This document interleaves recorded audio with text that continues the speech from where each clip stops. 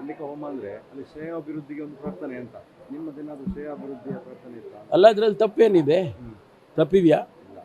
ಮತ್ತೆ ತಪ್ಪೇನೇ ಇಲ್ಲಲ್ಲ. ಶ್ರೇಯೋಭಿವೃದ್ಧಿ ನಿಮಗೂ ಆಗಬೇಕು, ಶ್ರೇಯೋಭಿವೃದ್ಧಿ ನನಗೂ ಆಗಬೇಕು. ಆ ಪ್ರಾರ್ಥನೆ ಸಲ್ಲಿಸಿದ್ದೇನೆ. ಅದರಲ್ಲಿ ನನಗೇನು ತಪ್ಪು ಅಂತ ಕಾಣಿಸೋದಿಲ್ಲ. ಏನು ಶ್ರೇಯಾಭಿವೃದ್ಧಿ ಅಂತ ಚರ್ಚೆ? ಅದು ನೀವು ಊಹೆ ಮಾಡ್ಕೊಳ್ಳಿ. I leave it to you. ನಾನೇ ಎಲ್ಲ ಹೇಳ್ಬಿಟ್ರೆ ನಿಮಗೆ ಜಡ್ಜ್ಮೆಂಟ್ ಮಾಡೋಕ್ಕೆ ಏನು ಸಿಕ್ಕಲ್ಲ. ಮೊನ್ನೆ ಮಾತಾಡಿದ್ರು ಸ್ವಲ್ಪ, ಮತ್ತೆ ಆ ಥರ ಅಲ್ಲ ಅಂತ ಹೇಳಿದ್ರು ನಿನ್ನೆ. ಈ ಗ್ಯಾರಂಟಿಗಳು ಎಲ್ಲಾದ್ರೂ ಸಮಸ್ಯೆ ಆಗ್ತಾ ಇರೋದು ಹೌದಾ ಸರ್? ಇಲ್ಲ, ಖಂಡಿತ. ನೋಡಿ, ಆ ರೀತಿ ಯಾರ್ಯಾರು ಏನೇನು ಕಲ್ಪನೆ ಮಾಡ್ಕೊಳ್ತಾರೆ ನನಗೆ ಗೊತ್ತಿಲ್ಲ. ಒಬ್ಬ ಜವಾಬ್ದಾರಿ ಸ್ಥಾನದಲ್ಲಿರ್ತಕ್ಕಂಥ, ಸರ್ಕಾರದಲ್ಲಿರ್ತಕ್ಕಂಥ ನಮಗೆ ಯಾವುದೇ ರೀತಿಯಲ್ಲಿ ಈ ಗ್ಯಾರಂಟಿಗಳಿಂದ ತೊಂದರೆ ಆಗಿದೆ ಅಂತೇಳಿ ಅನಿಸೋದಿಲ್ಲ. ಯಾಕೆಂದರೆ ಮಾನ್ಯ ಮುಖ್ಯಮಂತ್ರಿಗಳು ಬಡ್ಜೆಟನ್ನು ಕೊಡುವಾಗ 52,000 ಕೋಟಿ ರೂಪಾಯಿನ ಬಡ್ಜೆಟಲ್ಲೇ ಪ್ರೊವಿಷನ್ ಮಾಡಿದ್ದಾರೆ.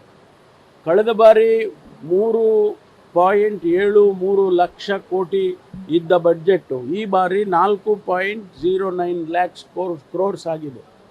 ಸುಮಾರು 30,000ಕ್ಕೂ ಹೆಚ್ಚು ಬಡ್ಜೆಟ್ಟೇ ಆಗಿದೆ. ನಮಗೆ ಶಾರ್ಟೇಜ್ ಬರೋದು ಕೇವಲ 16,000 ಕೋಟಿ.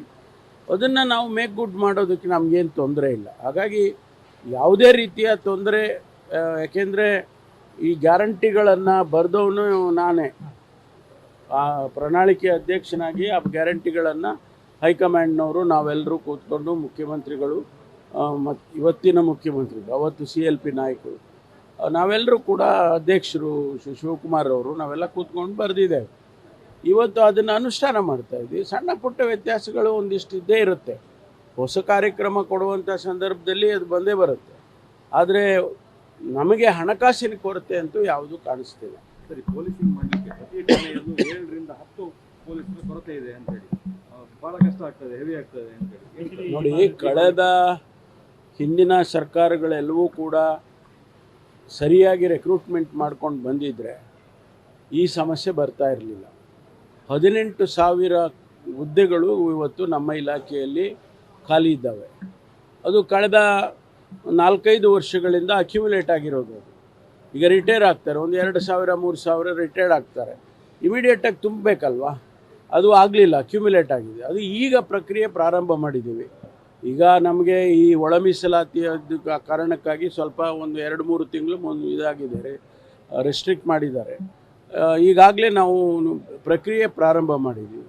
ಈಗ ನೋಡಿ, ಒಂದು ತಮ್ಗೆ ಗೊತ್ತಿದೆ, PSI ಹಗರಣ 545 ಸಬ್ ಇನ್ಸ್ಪೆಕ್ಟರ್ಗಳು ರೆಕ್ರೂಟ್ ಮಾಡುವಾಗ ಯಾವ ರೀತಿ ಹಗರಣ ಆಯಿತು ಅಂತ. ಅದಕ್ಕಾಗಿ ರೆಕ್ರೂಟ್ಮೆಂಟೇ ನಿಲ್ಲಿಸೋಂಗಾಯಿತು.